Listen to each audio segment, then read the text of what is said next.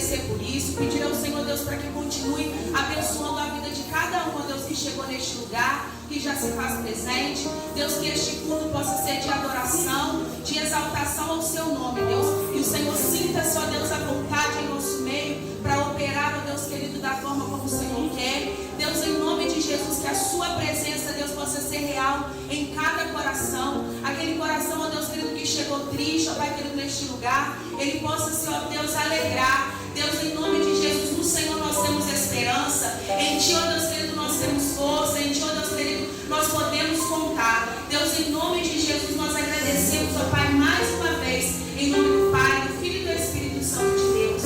Amém. Glória a Deus. Você pode aplaudir Jesus nessa manhã?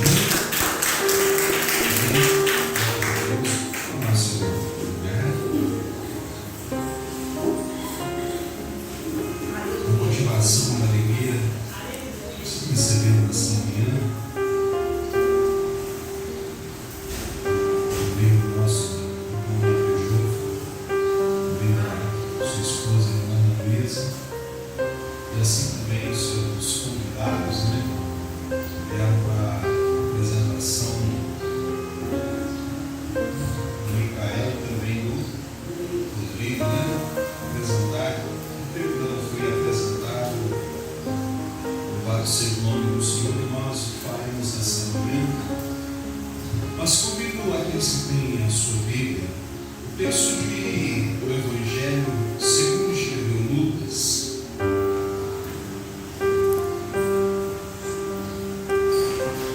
Evangelho de Lucas, capítulo de número 2.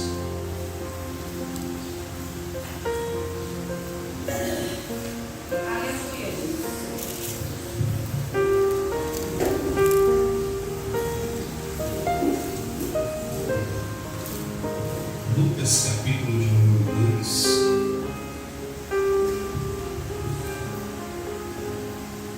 Versículo de número 21 diz assim: E quando os 8 dias foram cumpridos para circuncidar o menino, foi dado o nome de Jesus. E pelo anjo que ele fora posto de ser concebido, e cumpriram-se os dias da purificação segundo a lei de Moisés, o levaram a Jerusalém para o apresentarem ao Senhor. Segundo o que está na lei do Senhor, todo macho primogênito será consagrado ao Senhor, e para darem oferta segundo o disposto na lei do Senhor, um par de rolas ou combinhos. Nem pode tomar o seu lugar nessa manhã. Louvado seja o nome do Senhor. Irmãos, é uma alegria muito grande quando nós propomos levar os nossos filhos ao altar do Senhor, à presença do Senhor. Os dias os quais nós estamos vivendo, nós estamos atravessando por eles, tem se tornado ainda mais difícil, tem se tornado ainda extremamente difícil aos pais levar os seus filhos consigo numa jornada até que eles alcancem a maturidade de poder escolher. Ainda assim, durante essa fase da gestação, na fase em que a criança nasce, até ela ter a sua maturidade, é dever dos pais levá-los ao templo, cuidar dos seus filhos, levar os seus filhos para serem apresentados e ensinar o caminho. Nos últimos tempos nós estamos observando que tem sido cada vez mais frequente a ausência das apresentações, né? De que se consagrem seus filhos, de que se apresentem seus filhos ao Senhor. Nós quando encontramos, louvado seja o nome do Senhor, no livro de Levíticos, no capítulo de número 12, vamos encontrar a lei que foi estabelecida aos hebreus, estabelecida no processo da apresentação, de como isso era uma regra fundamental, uma regra estabelecida para eles. A mulher, quando ganhava sua criança, se fosse um menino, ela ia ficar durante 7 dias, ela estaria considerada na sua chamada impureza, um processo de recuperação do organismo, em que ela ainda está na sua cicatrização, ou também quando se fosse uma menina. Porém, a lei nos afirma que, se fosse um menino, durante cerca de 33 dias, ela não poderia tocar em nada que fosse santo, nada que fosse sagrado. Se fosse uma menina, esse prazo ia para 66 dias. E então, ao cumprir esse tempo, para o menino 33 ou para uma filha de 66 dias, deveria ser levado então um cordeiro. Aí ia escolher um cordeiro limpo, imaculado, sem mancha, sem nenhum defeito, e apresentar um cordeiro de 1 ano de vida. E se ela não conseguisse, ela não tivesse, talvez por ser uma pessoa que não tinha grandes poderes financeiros na sociedade, e nem mesmo tivesse a condição de caçar um cordeiro que fosse selvagem, né? Porque se você for analisar o texto, vai demonstrar que havia também essa possibilidade de conseguir esse cordeiro. E se não levantasse então esse recurso de ter esse cordeiro, ela precisava então caçar ou levar, apresentar 2 pombinhas, 2 rolas, para que fossem apresentados ao sumo sacerdote, que não fosse feito chamada propiciação. A propiciação no Antigo Testamento, ela tem uma característica de identificar os hebreus como um ato de corte do prepúcio, principalmente do menino macho. E isso identificaria ele, uma marca que ela vai gerar sangue. Sangue tem a ver com vida, tem a ver com sacrifício. E posteriormente no Novo Testamento aponta para a nossa grande propiciação, segundo escreveu João, segundo o escritor de Hebreus, o nosso Senhor Jesus Cristo. Aquele que foi marcado na sua carne, na sua estrutura física, para que nós nos redimíssemos. A propiciação, ela tem a ver com o sentido daquilo que é um gesto de arrependimento, de mudança. E ela deve então levar, não que o Micael não tem poder de escolha. Micael não tem poder de escolha, né? Se você levar ele lá no cruzeiro, ele não tem poder de escolha. Se você levar ele no horto florestal, ele não tem poder de escolha. Se você levar ele na praia, ele não tem poder de escolha. Mas quando chegar a idade da maturidade, ele vai ter poder de escolha. Não, eu quero ir no cruzeiro para conhecer a cidade de Algodino de um ponto de vista diferente. Eu quero ir no horto florestal, eu quero ir na praia, eu quero ir na igreja. O escritor do livro de Provérbios, no capítulo 22, versículo de número 6, vai dizer: instrua o filho, instrua o menino no caminho em que deve andar. E no ato da propiciação, o que acontece é que o pai, ele marca, a família marca os seus filhos com um gesto que deve significar algo para a vida toda. E o que acontece quando nós entregamos a nossa vida para Jesus, não é para meia vida de agora em diante. O nosso encontro com Jesus, sendo nós marcados pelo nosso Senhor, como aqueles que têm um encontro real com Jesus,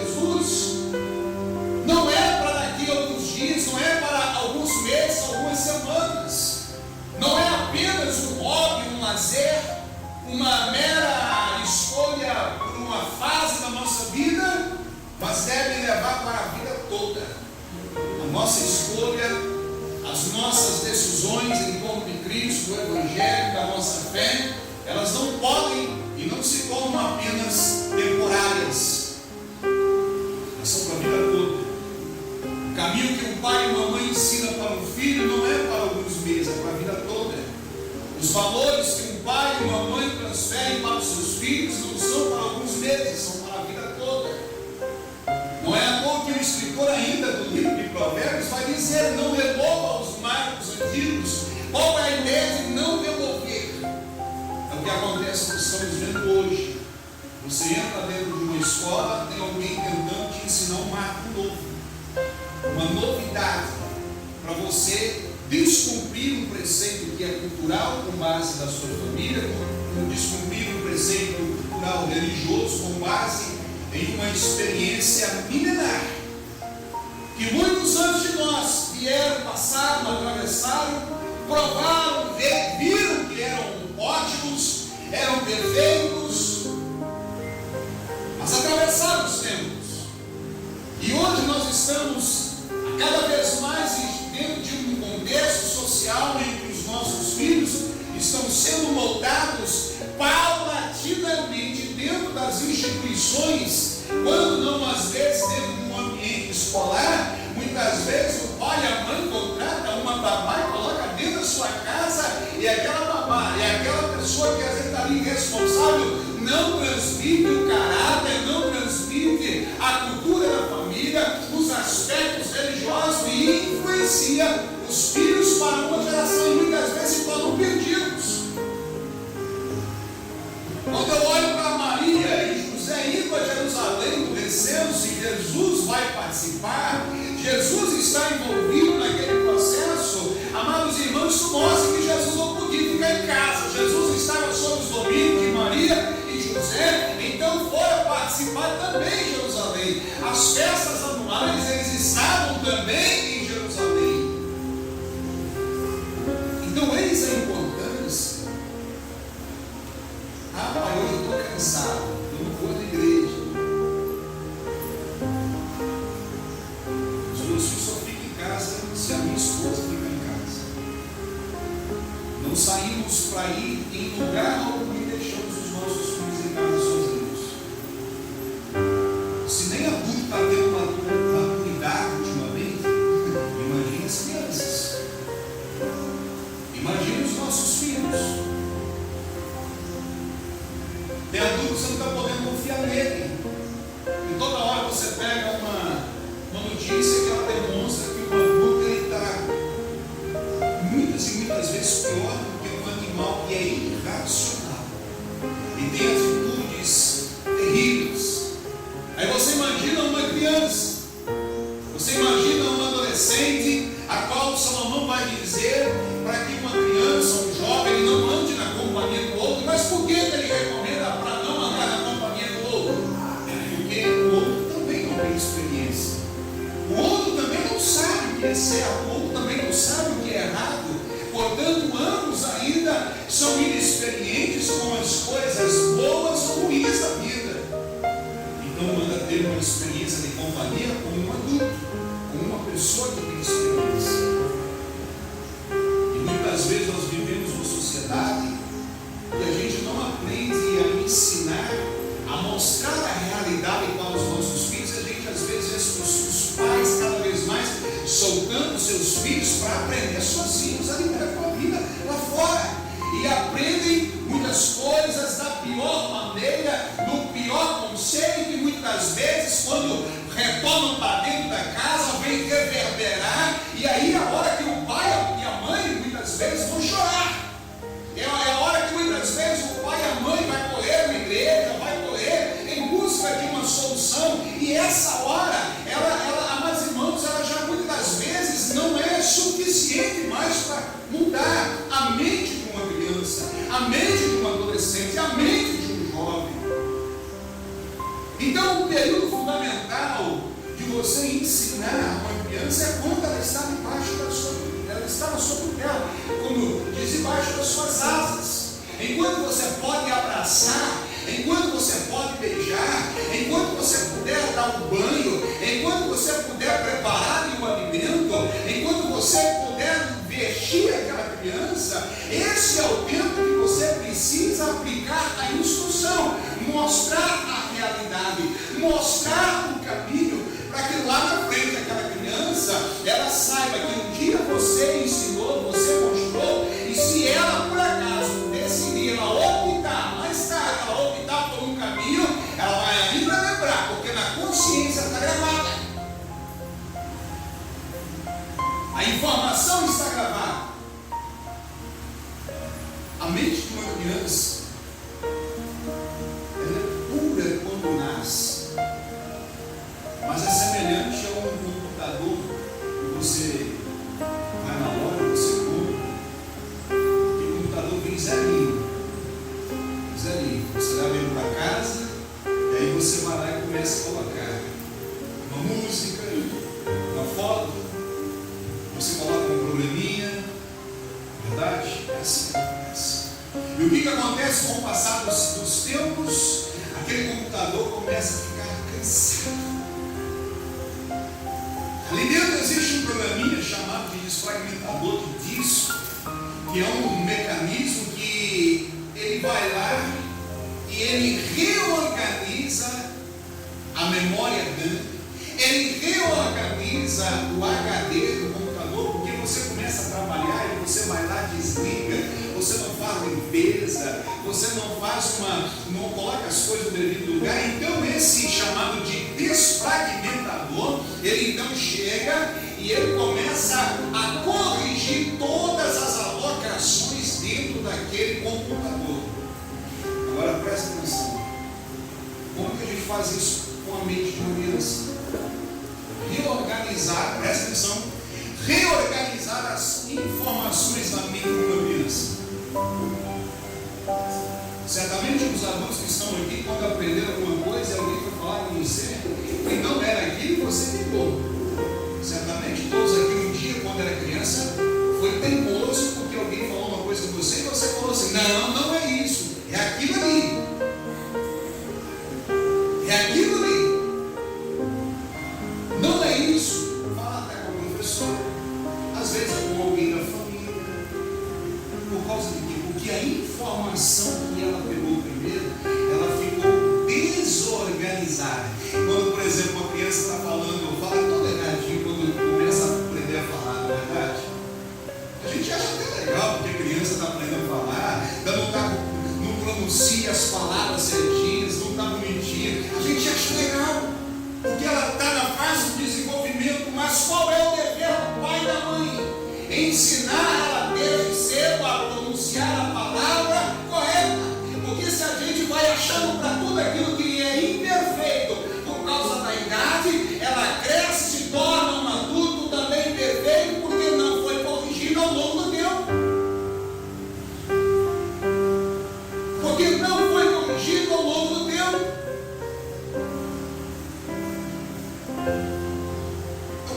Já citei inúmeras vezes aqui, ministrando a palavra, sobre a história de um filho que cresceu nos braços do pai, o pai que o amava, tudo que ele fazia, o pai batia palma, achava graça, e aquele menino cresceu, se tornou um jovem, começou a aprontar, foi preso muitas vezes, e aquela vida toda, um dia ele chega e vai para o corredor da morte.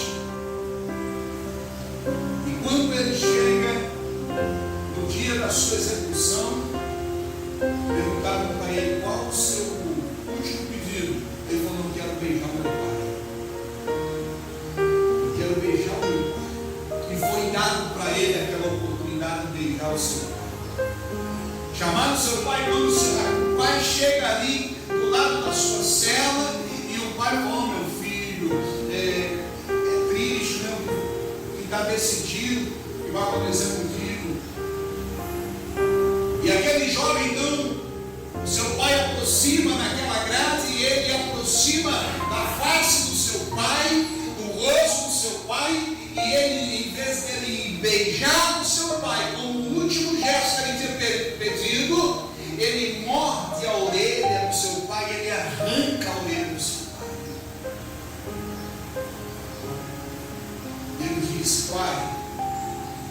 Eu vou morrer. Mas o Senhor vai carregar uma marca para o resto da sua vida. O Senhor nunca teve capacidade de dizer o que estava certo e o que estava errado. O Senhor sempre achou graça, sempre rico. Sempre. E nós temos que aprender a ter capacidade de dizer para os filhos o que é certo e o que é errado. Estamos em um tempo onde a geração de pais não tem capacidade de repreender porque tem medo. E pelo contrário, a Bíblia nos dá todo o respaldo para ensinar, para corrigir, para repreender. Porque diz a palavra que assim como Deus nos repreende porque nos ama, nós vamos repreender nossos filhos porque nós devemos amá-los. Jesus falou: se fazendo mal sabem dar boas coisas aos vossos filhos, quanto mais o vosso Pai que está no céu. E muitas vezes o que vem do Pai é uma boa coisa para a nossa vida. Às vezes a boa coisa que vem de Deus é a correção. Às vezes é a própria repreensão de Deus. Estamos vendo uma geração que infelizmente tem ensinado senhores pais, senhoras mães, separando cada um dos seus devidos lugares, as suas funções. Eu tenho visto pais incentivando seus filhos nos ambientes da sociedade a revidarem agressões. Ah, meu filho te bateu, bate também. Ah, meu filho fez isso contigo, faça também. Não foi isso que Jesus falou. Jesus falou se o que queres que os homens nos façam? Ele falou: façai-os primeiro. Só que uma criança ela não tem noção disso. Essa mensagem ela tem que se aplicar para o adulto e você tem que mostrar: não, filho, não é assim. Porque se você ensina isso para o seu filho, se você ensina isso para a sua filha, amanhã vai se tornar muito mais difícil você tentar recuar. Porque o ensinamento ficou aqui, guardado, cauterizado na mente, a informação, e ela não consegue mais voltar atrás. Ela não consegue mais recuar do ímpeto, da agressividade, seja a agressividade física, seja a agressividade das palavras, da maneira que vai se comportar. Então, quando nós vemos os pais que tomam decisões de apresentar os seus filhos eles recebem o aval espiritual para a bênção de Deus na vida deles. Vocês estão crendo no aval espiritual, na aliança, que apesar dos filhos que fossem gerados fora da aliança, eles vão ser abençoados. Quando Paulo vai dizer em 1 Coríntios acerca daqueles que muitas vezes não são santificados pela experiência do casamento, fora do casamento, ele fala: mas alguém lá entregou a vida para Jesus, apresentou os seus filhos agora se tornam santificados, abençoados. Então nessa manhã é uma alegria muito grande de vermos duas personalidades que vão ser colocadas diante de Deus com os olhos da família, com os olhos dos irmãos, das irmãs, amigos, vizinhos, parentes, pessoas que depois vão ficar sabendo, foram apresentados para o Senhor, foram apresentados para o dono da vida, foram apresentados para aquele que pode dar a nós as melhores instruções para que cresçam sendo bons filhos, posteriormente vão se tornar bons estudantes, bons trabalhadores, bons maridos, boas pessoas da sociedade, bons obreiros, bons servos do Senhor. Porque servos, amados irmãos, ele não se torna bom de uma hora para outra. Ele vai pegando a manha daquilo que não é bom, daquilo que não é correto. Ele vai falando: eu quero aplicar o que é bom na minha vida, eu vou me tornar bom, eu vou ser um homem do bem, eu vou ser uma mulher do bem. Então você vai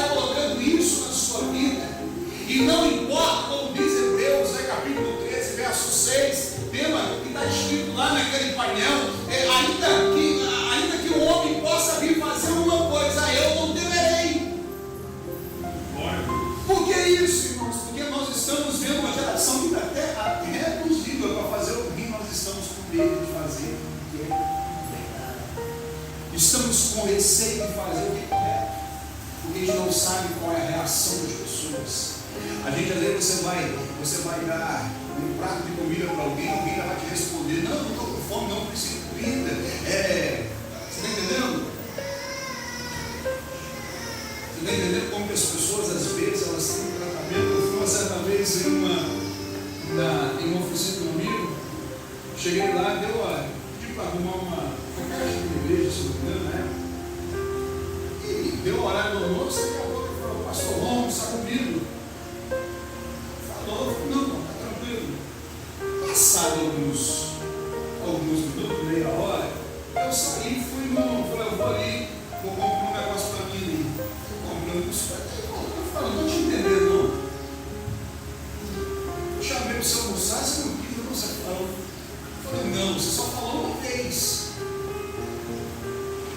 Você só falou uma vez. Se tivesse falado duas, na segunda a gente entende que exige insistência.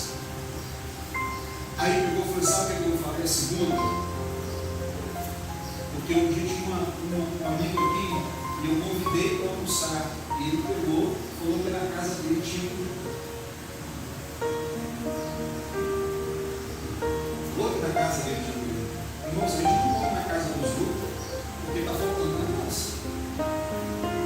A gente não bebe café na casa dos outros porque está faltando café na nossa casa.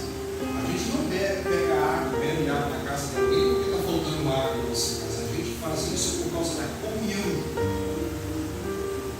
É por causa do amor, por causa do respeito que a gente deve aprender. Não é porque está faltando na nossa casa. Então, quando a gente olha gerações que hoje vão crescendo, muitas vezes não aprendem a nem ter comunhão. Nem ter comunhão, estão sendo instruídos aqui.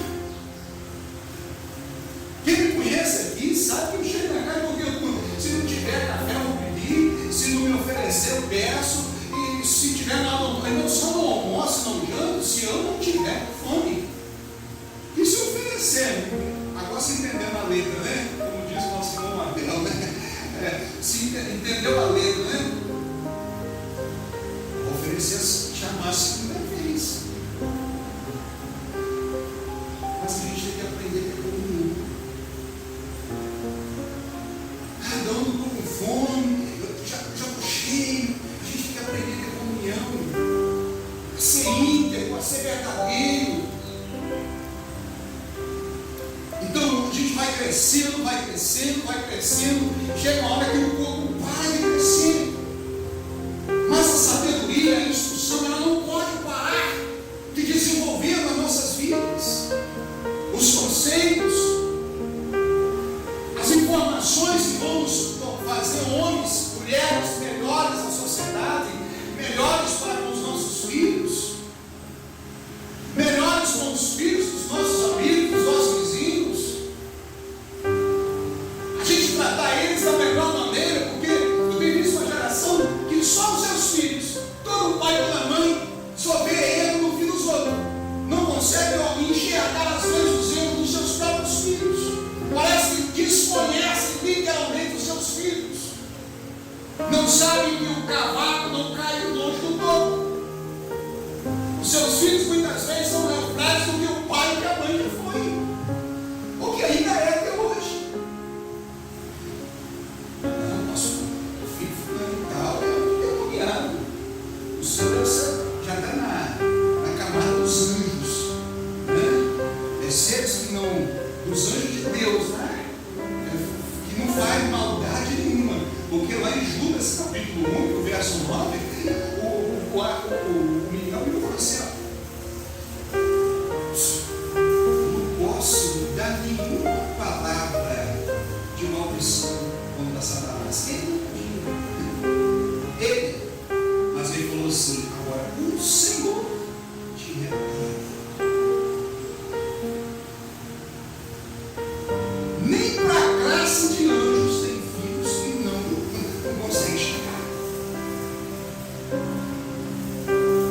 Nós estamos instruindo os nossos filhos para se tornarem melhores do que nós. Eu falo com a minha filha, eu falo com os meus dois filhos: olha, tem coisa que vocês precisam aprender a ter escolhas melhores, porque o que eu digo, o que eu não pude realizar, vocês têm, vocês podem realizar. É instrução. As escolhas. Chegar lá na frente, aí eu pedi essa oportunidade. Todos aqui já tiveram grandes oportunidades na sua vida. E às vezes essas grandes oportunidades, de vez em quando, você dá uma lamentada, né? Puxa vida, por que eu não aproveitei? Falta de vida, sabedoria, de pensar. E os nossos pais, muitas vezes, nos entregam, os pais, principalmente nos dias atuais, entregam tudo em mão beijada para os seus filhos, não ensina eles a refletir como deve ser o processo de uma conquista. Há uns 15 anos atrás eu ganhei um DVD de propagandas, que há muitos anos, você está ligando com propaganda, você tem ideias, tem pensamentos. Ele leu uma propaganda se não me engano, da Kodak, há muitos anos atrás, deve ter sido lá pelos anos 90. A dona foi para o hospital para ganhar neném. Aí está lá, aquele banco todo aqui.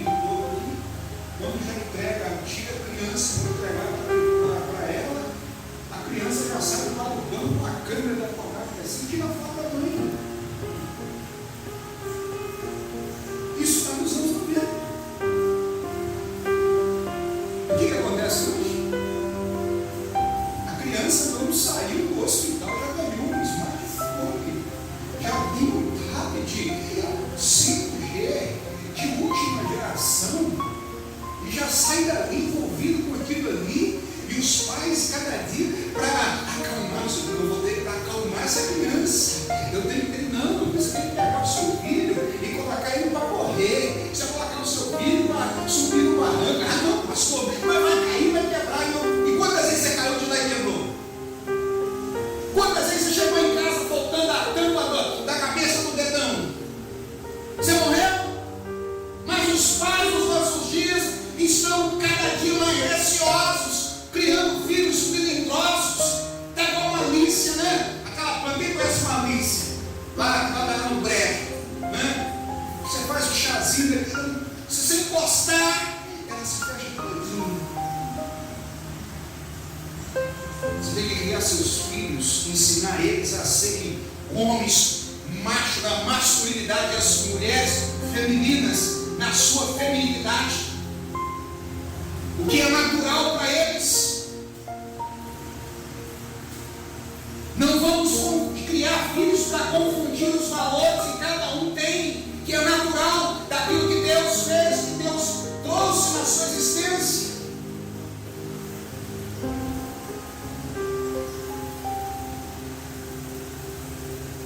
Tem filho que chega em casa, quando me bateu, esse tem que ter um couro dele.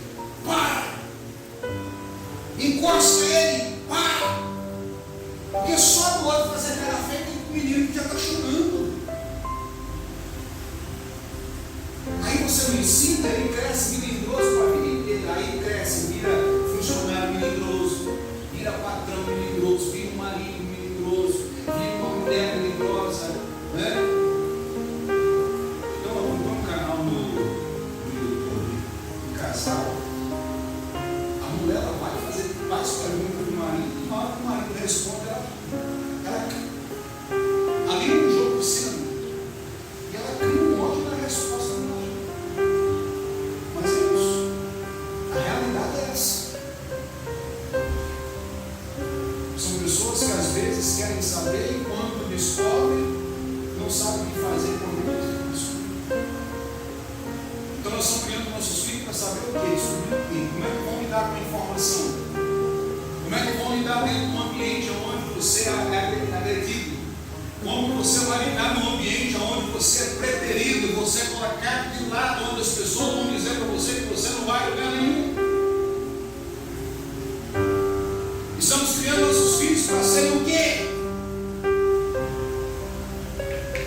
Uma jovem chega na igreja, uma irmã não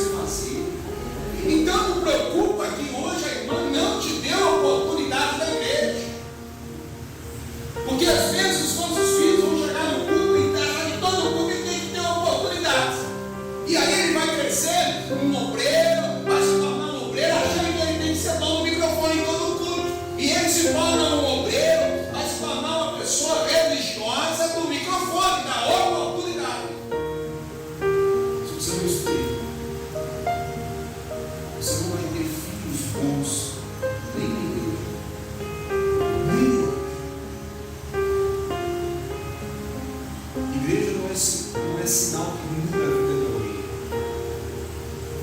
São os conceitos de Jesus que mudam a vida de alguém.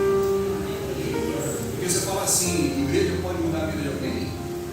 Eu vou te rechaçar. Eu conheço mais de 100 cidades no Brasil. Já vi tudo quanto é tipo de igreja. Algumas vezes viajando, tirava fotos, né? Placa de igreja, você vê cada igreja, cada nome, cada propósito.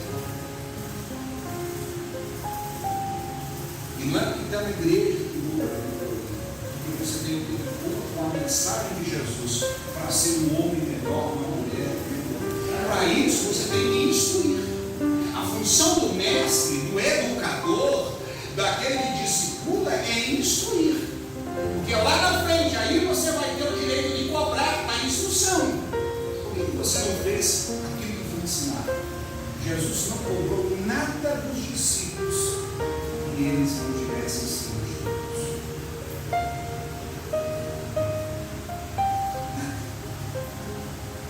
E a maior cobrança de Jesus dos seus discípulos foi acerca da fé.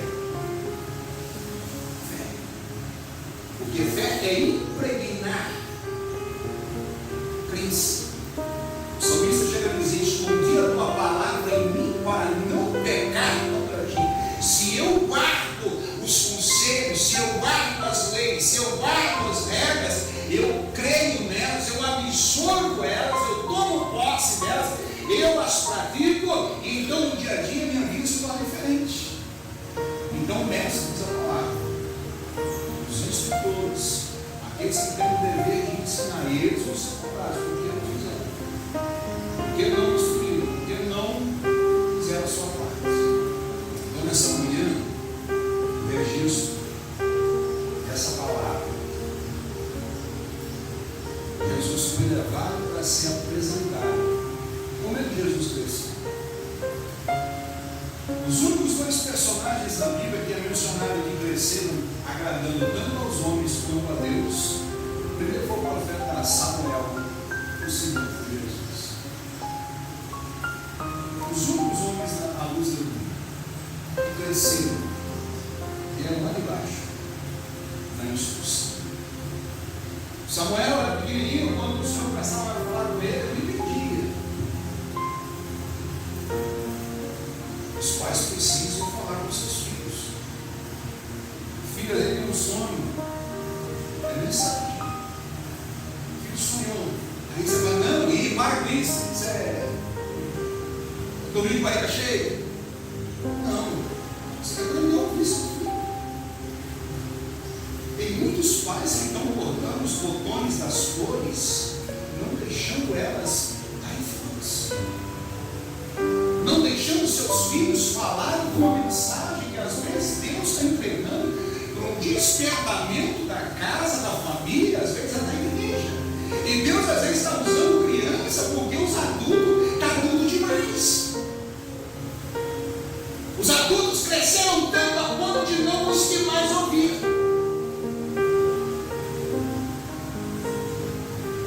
Então, ouça.